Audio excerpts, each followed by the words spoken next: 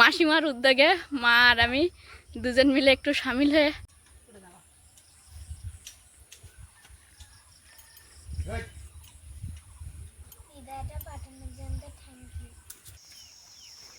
Complete পড়াশোনা। শান্তনু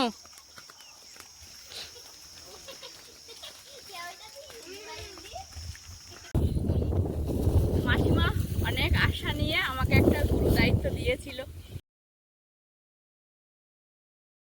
নমস্কার, আপনারা সকলে ভালো আছেন তো? আবারও ফিরে এলাম পুরাতন ছন্দে পুরাতন গন্ধে। সাথী বিপ্লব ব্লগের আরও একটা সম্পূর্ণ নতুন পর্বে আপনাদের সকলকে জানাই অনেক অনেক স্বাগত। সম্পূর্ণ পর্বটি আপনারা কোথাও স্কিপ না করে দেখতে থাকুন। আশা করব আপনাদের ভালো লাগবে। যে সকল দর্শক বন্ধু প্রথমবারের জন্য দেখছেন সাথী বিপ্লব ব্লগটি, যদি আপনাদের ভালো লেগে থাকে একটু সাবস্ক্রাইব করার অনুরোধ রইল। লাইক কমেন্ট শেয়ার করে আমাদের সঙ্গে জুড়ে থাকবেন। আর আজকের পর্বটা শুরু করব আমাদের একজন প্রিয় মাসিমা, তার উদ্যোগে বাচ্চাদেরকে আজকে পাকা কলা দেওয়া হবে। তো সেইখান থেকেই পর্বটা শুরু করব। সারাদিন সাথে থাকুন। দিন শেষে মোটামুটি গ্রাম বাংলা থেকে চেষ্টা থাকবে ছোট্ট একটু উপহার আপনাদেরকে দেওয়ার। চলুন পর্বটা শুরু করি।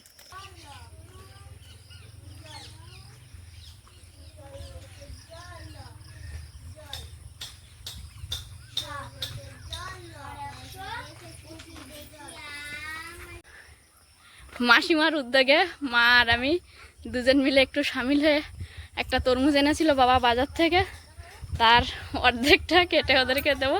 আর বাড়ির আম তো জানেনই, বেশ ঝড়ে আম পড়ছে। ওরাই তো আমার সব।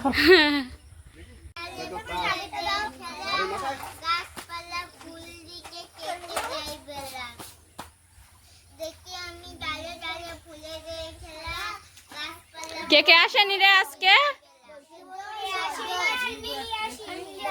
সুপ্রিয়া, মিলি আর রুদ্র, মিষ্টি।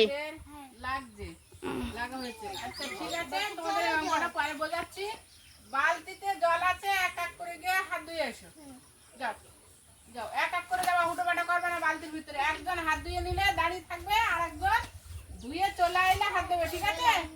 শোনো, আজকে তোমাদের যে এই টিফিনটা পাঠিয়েছে কলা, তোমাদের খুব ভালোবাসে, তোমাদের প্রতিনিয়ত দেখে, তোমরা যে পড়াশোনা করো খুব ভালো লাগে। তোমাদের একটা দিদা, ঠিক আছে? সেই দিদা এই কলাগুলো পাঠিয়েছে। তোমরা তাহলে এরপরে আরো ভালো পড়াশোনা করবে না আরো ঢিল করবে? কেন একটু ঢিল করলে ভালো হয় না?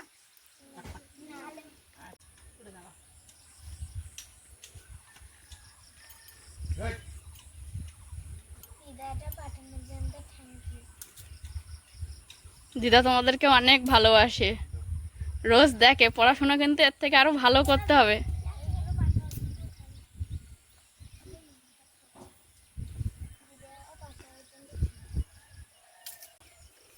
দিদিমণির কাছে কাছে একটু এগিয়ে যাও।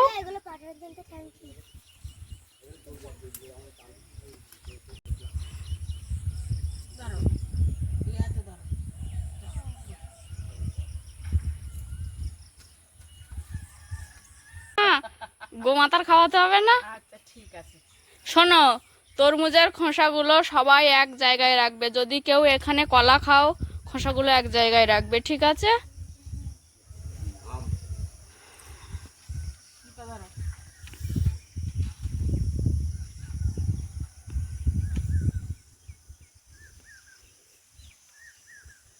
কল কাটা রাখছেন।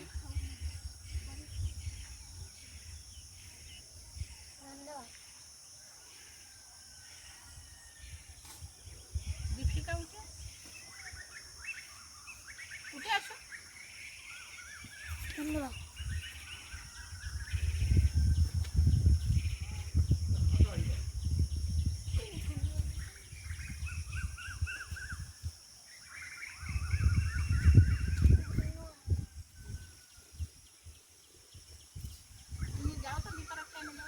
হ্যাঁ, দিবার আম নিয়ে নে। ছোট মানুষ তো মন চান। এ দেখ, আম কলা সব এক জায়গায় রেখেছিস, পাল্টাপাল্টি হয়ে গেলে কিন্তু আমরা গন্ডগোল মেটাবো না। নাম লিখে ফেল, কলার গায়ে নাম লিখে ফেল। শান্তনু এই দেখ কোলে করে নিয়ে বসে আছে। পড়াশোনা আর হবে না শান্তনুর।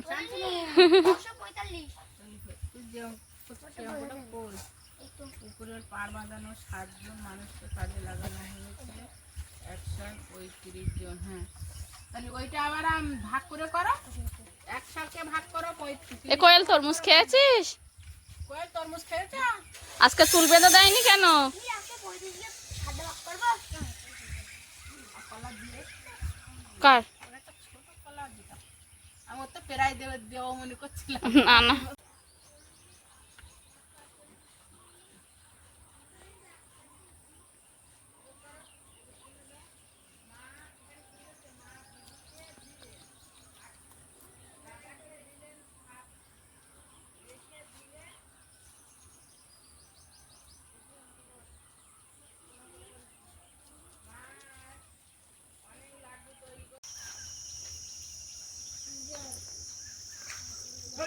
তার একার পক্ষে লাগানো সম্ভব হবে এই সাইড দিয়ে?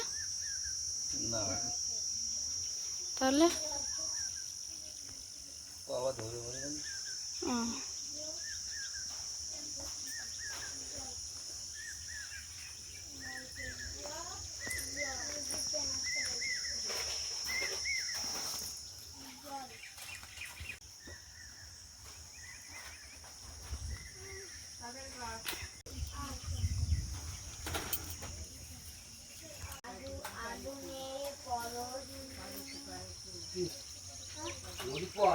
কেন কাটবে না?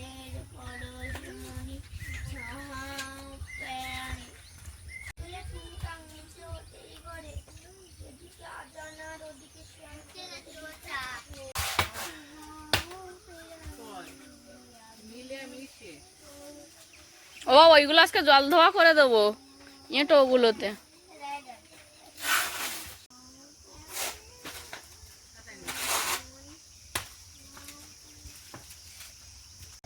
তো এইখান থেকে শুরু করবে দেওয়া, না একটা মেপে নিচ্ছ? এখান থেকে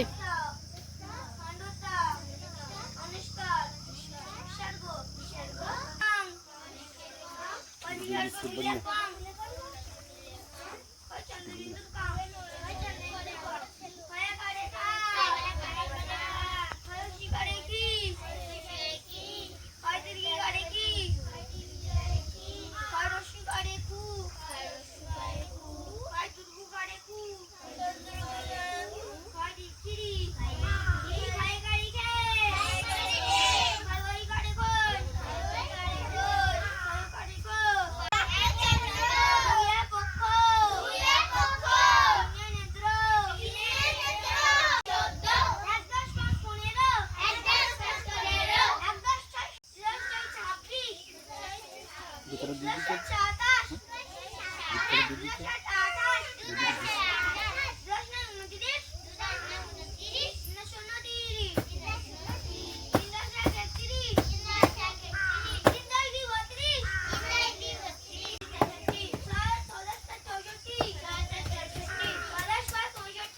এই যে জাল, যে তারের জাল দেবে নিচটা, সেটা দেওয়া শুরু হয়ে গেছে। ভাই আর বাবা দুজন মিলে এই কাজটা করছে।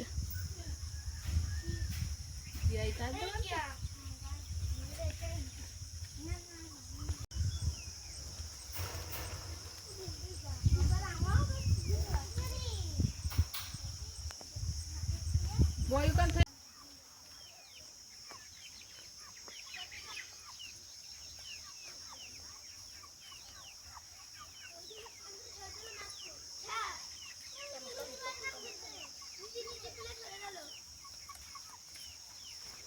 কমপ্লিট পড়াশোনা শান্তনু?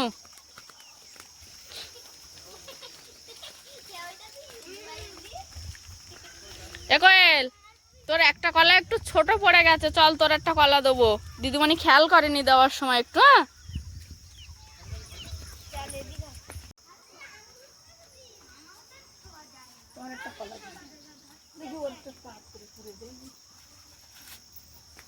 হ্যাঁ,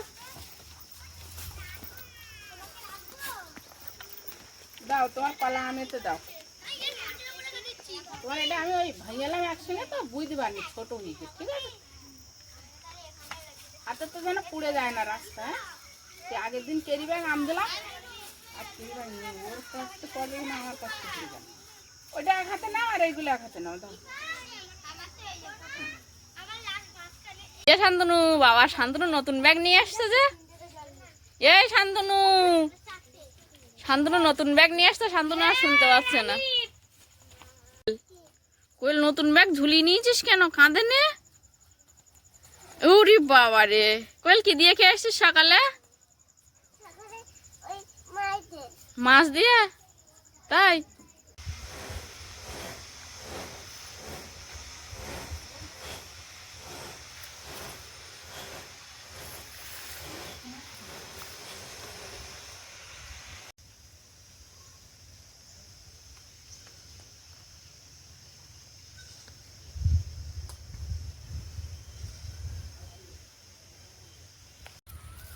একটা কালকে বনেই দিবে তো হুম।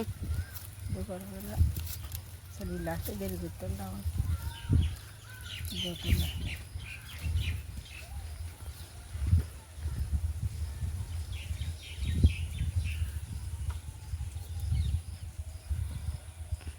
যে মাসিমা বাচ্চাদের কলা দিতে বলেছিলেন, পাকা কলা, সেই মাসিমাই কিছু সবজি কিনে আর গোমাতাকে খাওয়াতে বলেছিল। তো আমি কিছুটা সবজি বাজার থেকে কিনে এনেছি, এগুলো গোমাতাকে দেবো। তবে সেটা এখন না, বিকালে, কারণ সবার গরু মাঠে বাঁধা তো।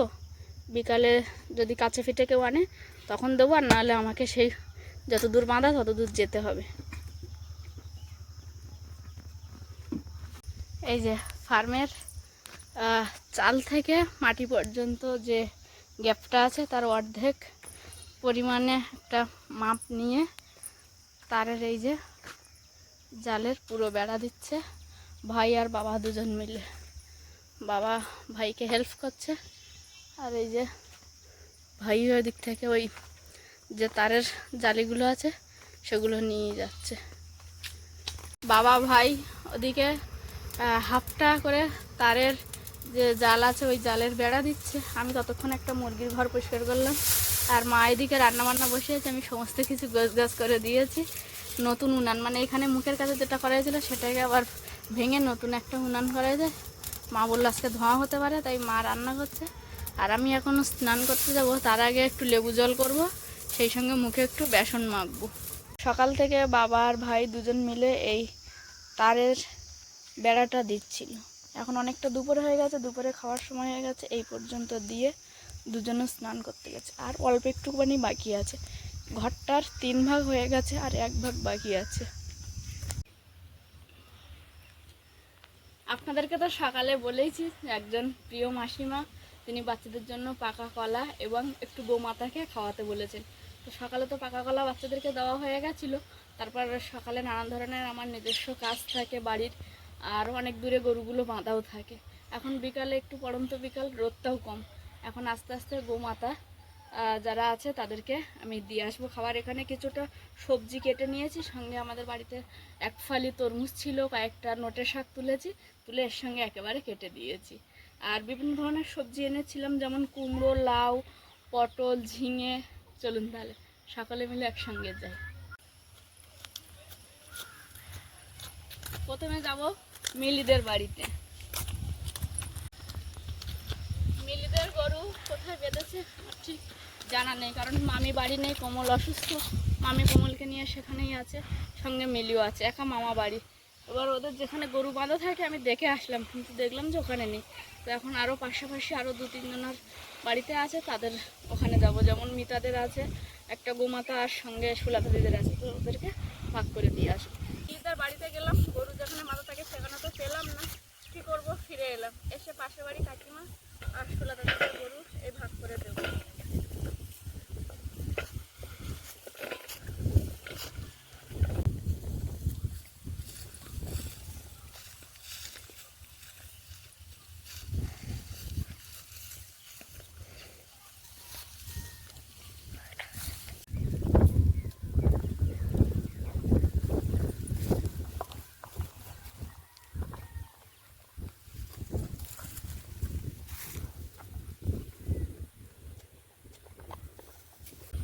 এবার যাবো সুলতা দিদের যে গরু বাঁধা আছে ওইখানটায় গোমাতা আছে, ওখানটাই যাব। কিছুটা রেখেছিলাম সেইগুলো নিয়ে। আর এই যে কাকিমাদের ওখানে 2-3টে গরু বাঁধা, কিন্তু আমাকে মাসিমা যেমন বলেছে যে গোমাতাকে উনি খাওয়াতে চান। তো ওনার এই উদ্যোগে আমি একটু হাতে হাত লাগিয়ে সাহায্য করলাম, কারণ এগুলো আমি ঠিক জানতাম না, আর এগুলো করা সত্যি অনেক ভাগ্যের ব্যাপার। তো সেইভাবে নিজে হাতে দিতে পেরে খুবই ভালো লাগছে। তো চলো এখন ওই যে সূর্যদের ওখানে বাঁধা আছে ওখানে যাবো।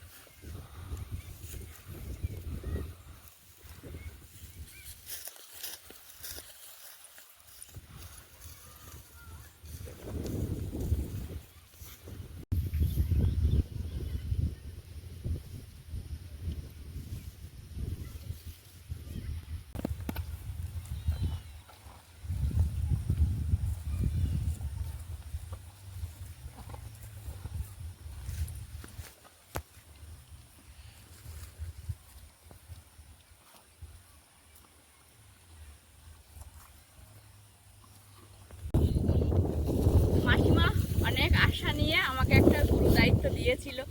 আমি আমার যথাসাধ্য চেষ্টা করেছি। যদি কোথাও গিয়ে ভুল হয়ে থাকে তাহলে মাসিমা সহ আপনারা যতজন আমার গুরুজন আছেন সকলে নিজ গুণে আমাকে ক্ষমা করে দেবেন, কারণ এই কাজটা আমি এর আগে কোনোদিন করিনি, এই প্রথমবার করলাম, আর করে ভালোও লাগলো আমার নিজের। ভাই এই যে পোলট্রির ফার্মে তারের জাল দিয়ে একটা ব্যারিকেড মতো করেছে, সেটা আপাতত কমপ্লিট, কিন্তু একটু জায়গায় ইনকমপ্লিট আছে, যেখানটায় আবার দিতে গেছে ভাই আর বাবা। দুপুরে খাওয়ার আগে এই জালগুলো বাঁধা হয়েছিল, উপরের বাঁধাটা। তারপর দুপুরের খাওয়া দাওয়া করে একটু রেস্ট নিয়ে ভাই একা হাতে এই যে এই বাঁধনগুলো দিয়েছে আবার নতুন করে। সকালে এই তারগুলো দেওয়ার সময় ভাইয়ের কয়েক জায়গায় হাত কেটে গেছে, তাই এখন এই যে হালকা পাতলা একটা গ্লাভস, ওর তো দুটো করে না একটাই আছে গো ভাই, দুটো করে গ্লাভস আপাতত পরে নিয়েছে। আর এই যে এইটুখানি জায়গা বাকি আছে।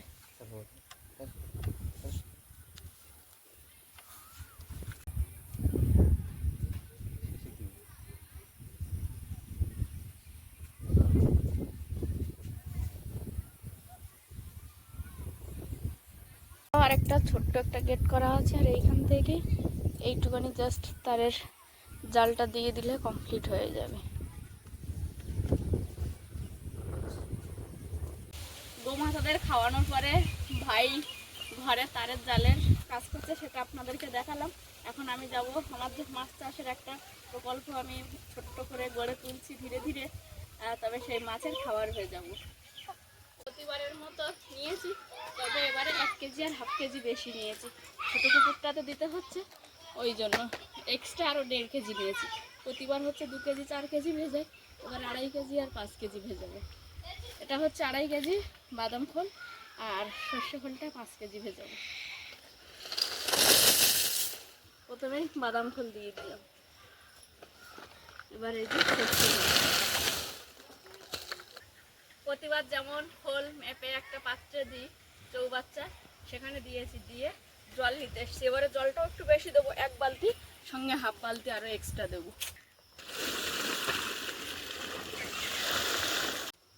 প্রথমে 1 বালতি জল দিয়েছি, এবার হাফ বালতি জলটা দিয়ে দিলাম। নেট দিয়ে দেবো, নাহলে যে মুরগিগুলো আছে ছাড়া পেলেই বিকালে করে এখানে চলে আসে।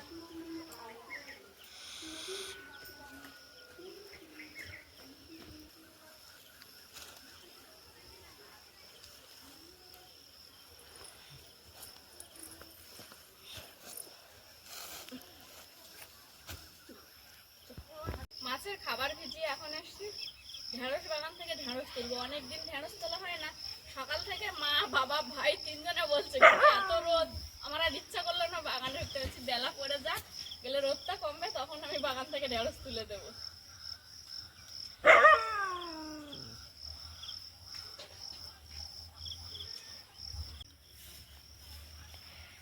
কেমন অনেকটা ঢেঁড়স হয়েছে বলো? এই সাইডে একটা ঢেঁড়স। এত রোদ গরম তো বাগানের মধ্যে ঢুকতে ইচ্ছা করে না। তার উপরে এই বাগান থেকে বেরোলে হাত চুলকাবে। একটা জামা গায়ে দিনি বা হাতের লম্বা। সেটাই করতে হতো। আগে একটু তোরা যুক্তিগুলো আমাকে দিতে পারিস না বল? কাজে নামার পর বলবি যে জেঠিমা এটা করলে ভালো হয়। এটা পড়ে গেছে, একটা পড়ে গেছে দেখো, এই তো কোথায়? ঝুড়ির তলায়।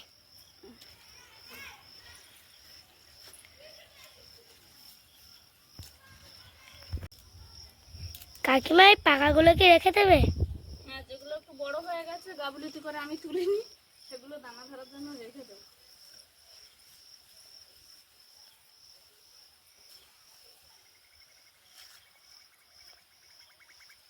কি ঢেঁড়স আছে? হ্যাঁ রে, আরো উঠবে, এখনো কমপ্লিট করতে পারছি না তুলি। তার মধ্যে গরম তো, হাতা লম্বা জামাটাও পরিনি, হাতগুলো চুলকাচ্ছে। মাটি থোয়ার মতো জায়গা আছে, অল্প একটু নরম মাটি বেশি। রেখে দাও, কালকের উনান গোবর দিয়ে নিলে হবে। ভাই জালি লাগানো কমপ্লিট হয়ে গেছে না এখনো বাকি আছে? হ্যাঁ হয়ে গেছে। হয়ে গেছে। আর এই যে গ্যাপগুলো আছে ওই গ্যাপে কিছু দেবে না, তাবু পড়বে উপর থেকে আবার? প্লাস্টিকের জাল দেওয়া। ও, আর এটা আবার বেঁধে রেখে দিচ্ছ? বাগান থেকে এই পরিমাণে ঢেঁড়স উঠেছে, আর কিছুটা আছে যেগুলো বড় হয়ে গেছে দানা রাখার জন্য, মানে আগামী বছরের জন্য দানা প্রয়োজন, তো তার কিনবো না, এখান থেকেই যে বড় ঢেঁড়সগুলো আছে ওইগুলো বাঁচিয়ে দানা ধরে রাখবো। তো আজকের পর্বটা আপাতত এই পর্যন্ত ছিল। এতক্ষণ ধরে আপনারা সাথী বিপ্লব ব্লগ দেখছিলেন, আপনাদেরকে জানাই অনেক অনেক ধন্যবাদ। দেখা হচ্ছে আগামী পর্বে। ততক্ষণের জন্য আপনারা সকলে ভালো থাকুন, সুস্থ থাকুন, নিজেদের সকলের প্রতি খেয়াল রাখুন। আমার সকল বয়োজ্যেষ্ঠদেরকে জানাই অনেক অনেক প্রণাম, সমবয়সীদেরকে জানাই ভালোবাসা, ছোটদেরকে জানাই আদর ও স্নেহ। আরও একটা কথা, যেটা আমি সবসময় বলে থাকি, সাথী বিপ্লব ব্লগের সঙ্গে সদা সর্বদা জুড়ে থাকবেন। টাটা।